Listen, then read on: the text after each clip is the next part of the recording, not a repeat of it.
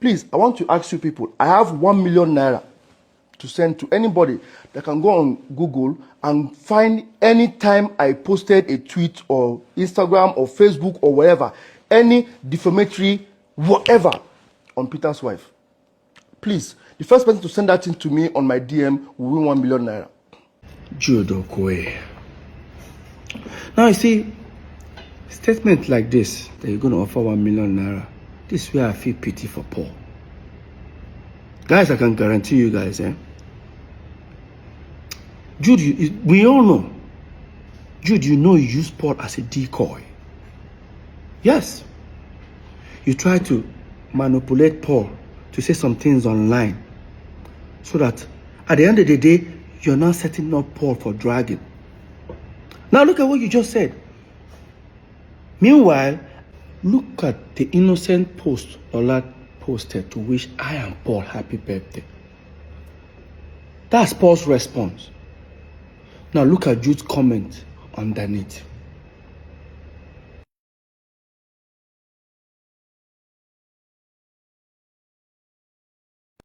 There has never been a time Paul have ever had maybe a physical altercation, argument, insult, on Lola. But on Jude's side is opposite way. Jude have threatened Lola in front of Lola and myself. Jude have insulted Lola in front of me. And I wanted to hide this governor. It was actually Governor Imoke who invited us over for peace talk. And let me tell you what the man did that day. By the time we arrived, he looked at Paul. Paul started talking. Paul finished talking. He said, Jude, your turn. Jude finished talking. Let me tell you what that governor did that very day. He said, Peter, you're not going to say anything. I thought it was like a team work, like, Governor, I'm not going to say anything. Why?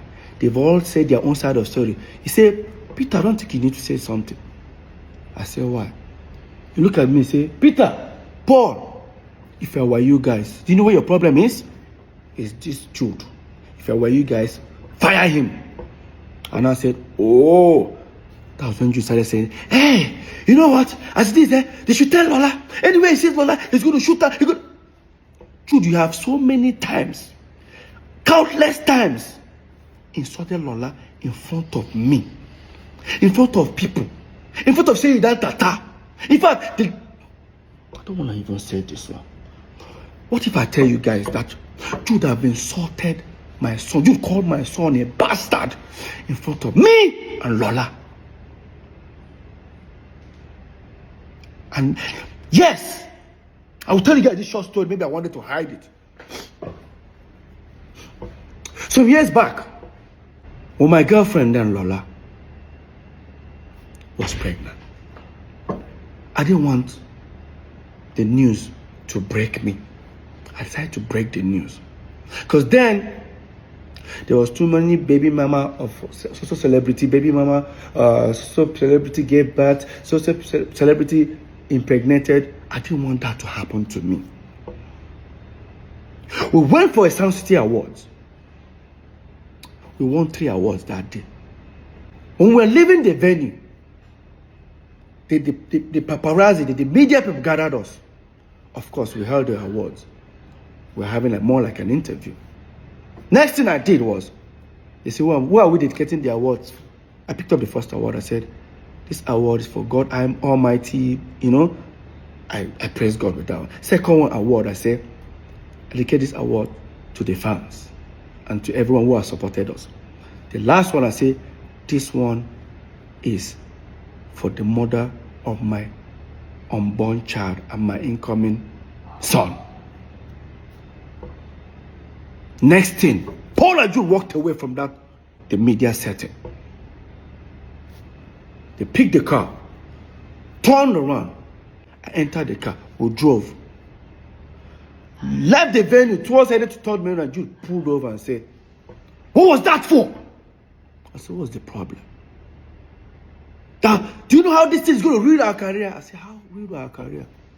I don't want the news to break me. I decided to break the news.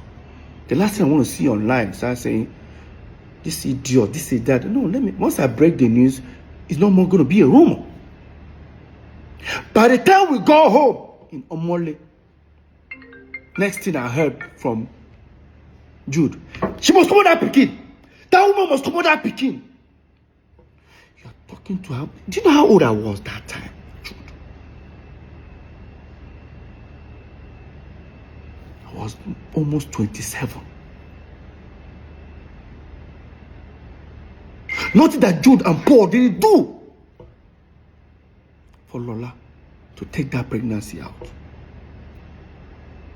To a point, they forged an email. Jude and Paul forged an email. I'll try and trace that email. To frame Lola up.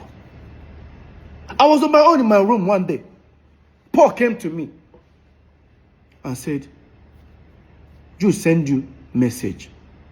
I checked my phone. He said, no, not before phone. For your email. I checked. I read that email for nearly about 20 minutes. An unknown person sent an email to Jude. Jude now forwarded it to me. The things I was seeing there were rubbish. Oh, that my son is not my son. According to them, that the unknown person claimed that my son is not my son. That Lola is using the child to trap me. That I don't want to name some notable names that they mention. Mention about 4 notable names. That is that either of them that got Lola pregnant. You say, you don't read and finish. I said, what you go do about her? I say, what are you expecting me to do?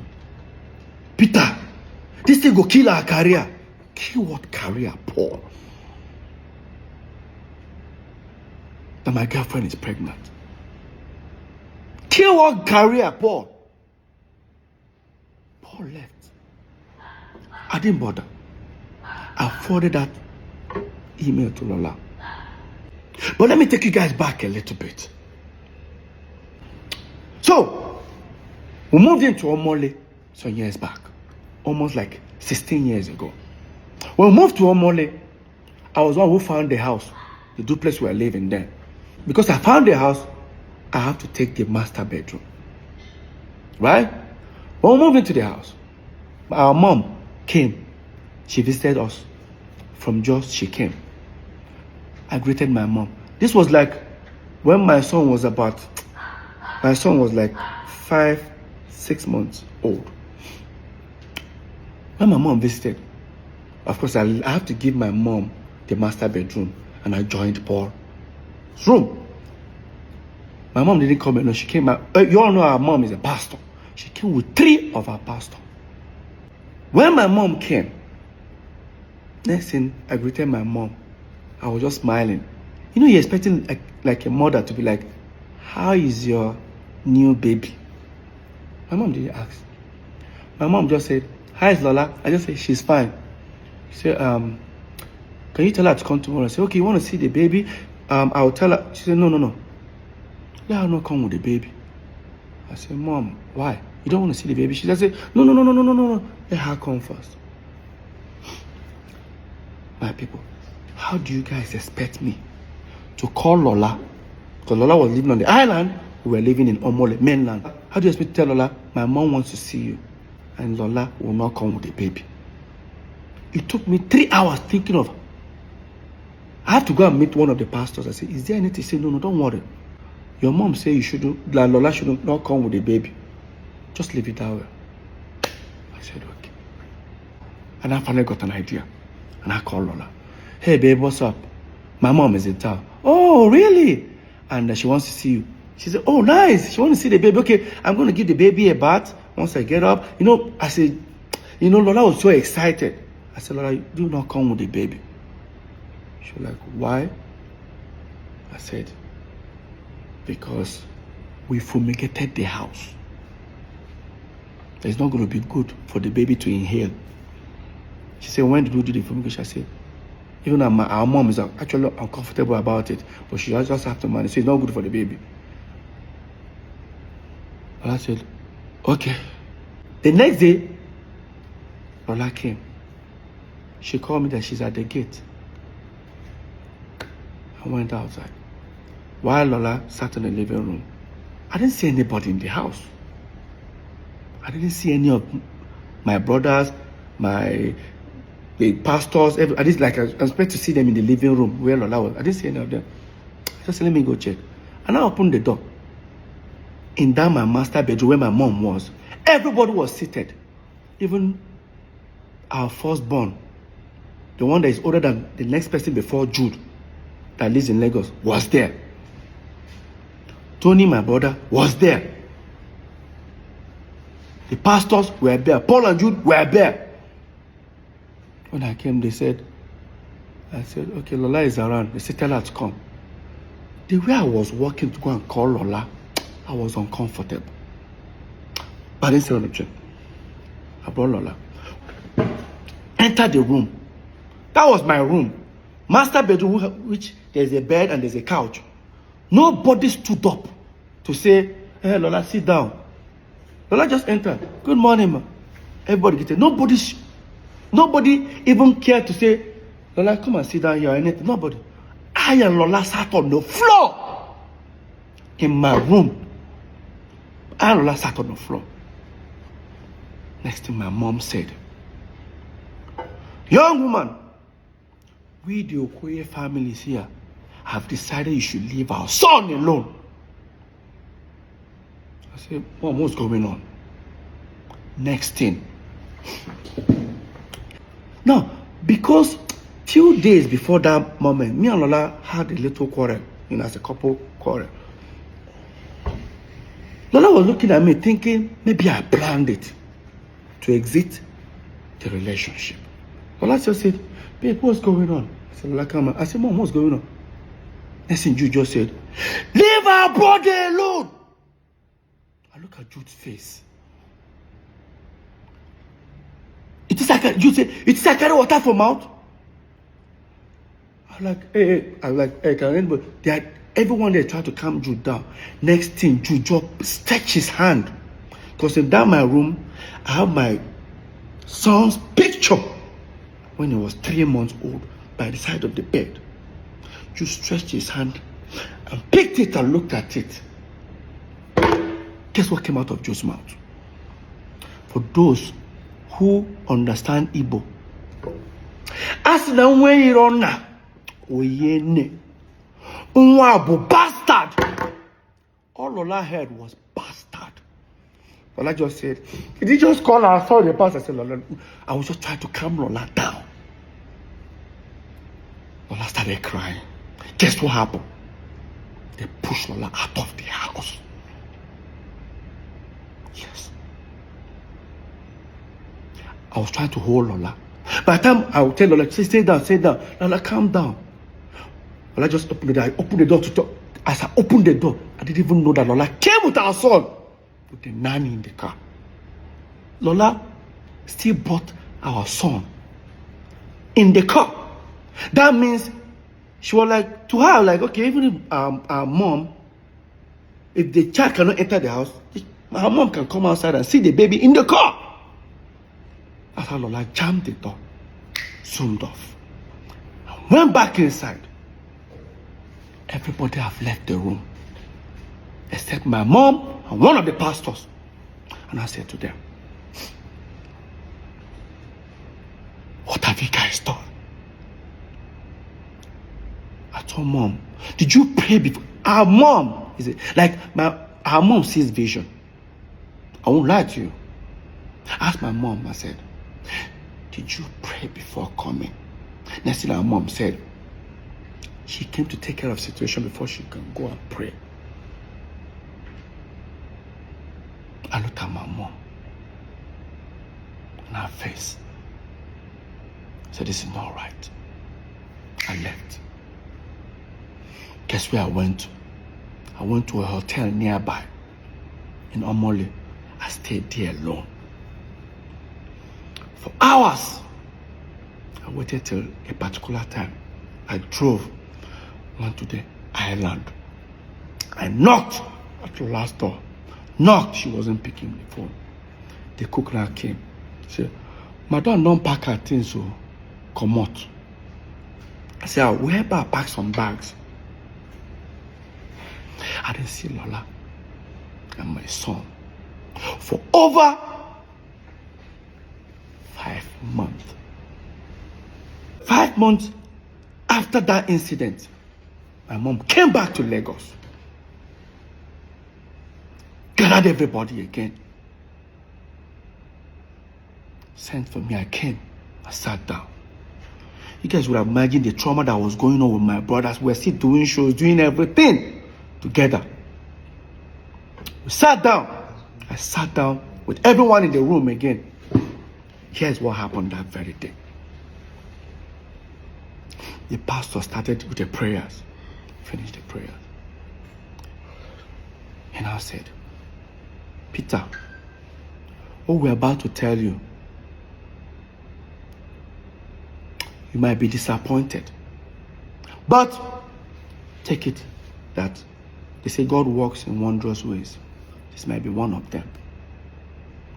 As the pastor was, talking, Jude was just hissing. But this time I was now sitting close to the table near the bed. And I said, Peter, stretch your hand, let me have your son's picture. He said, don't worry. I just stretched. The same picture that Jude made that statement on. Now look at the picture. Peter, the Spirit of God said we should tell you this. That if anybody insult this boy again, if he's killed, kill that person. This is your blood.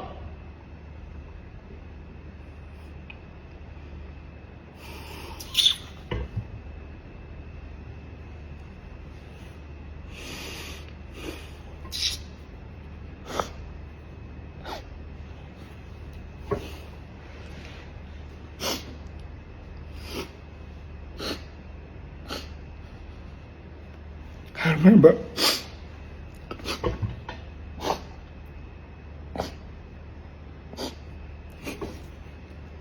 I went down on the floor, I started crying. By the time I opened my eyes, everyone had left the room. When everyone left the room, my mom said, why am I crying? That they just told me a good news. I told her, what's good about this news? What is good about this news? I went to the wardrobe because it's my room. I started packing my bags.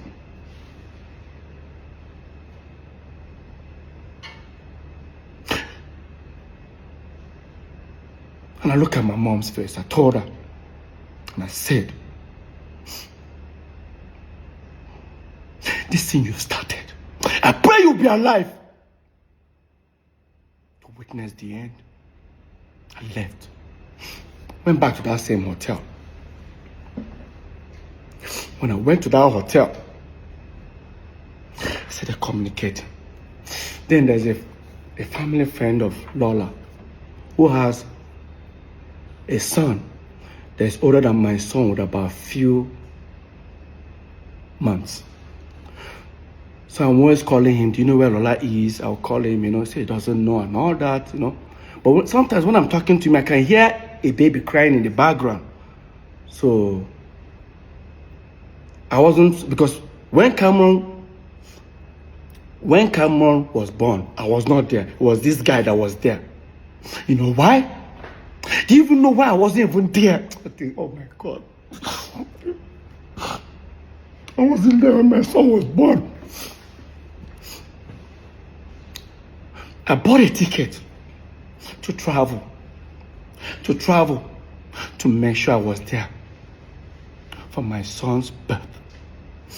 To book the show in Akwa Ibom.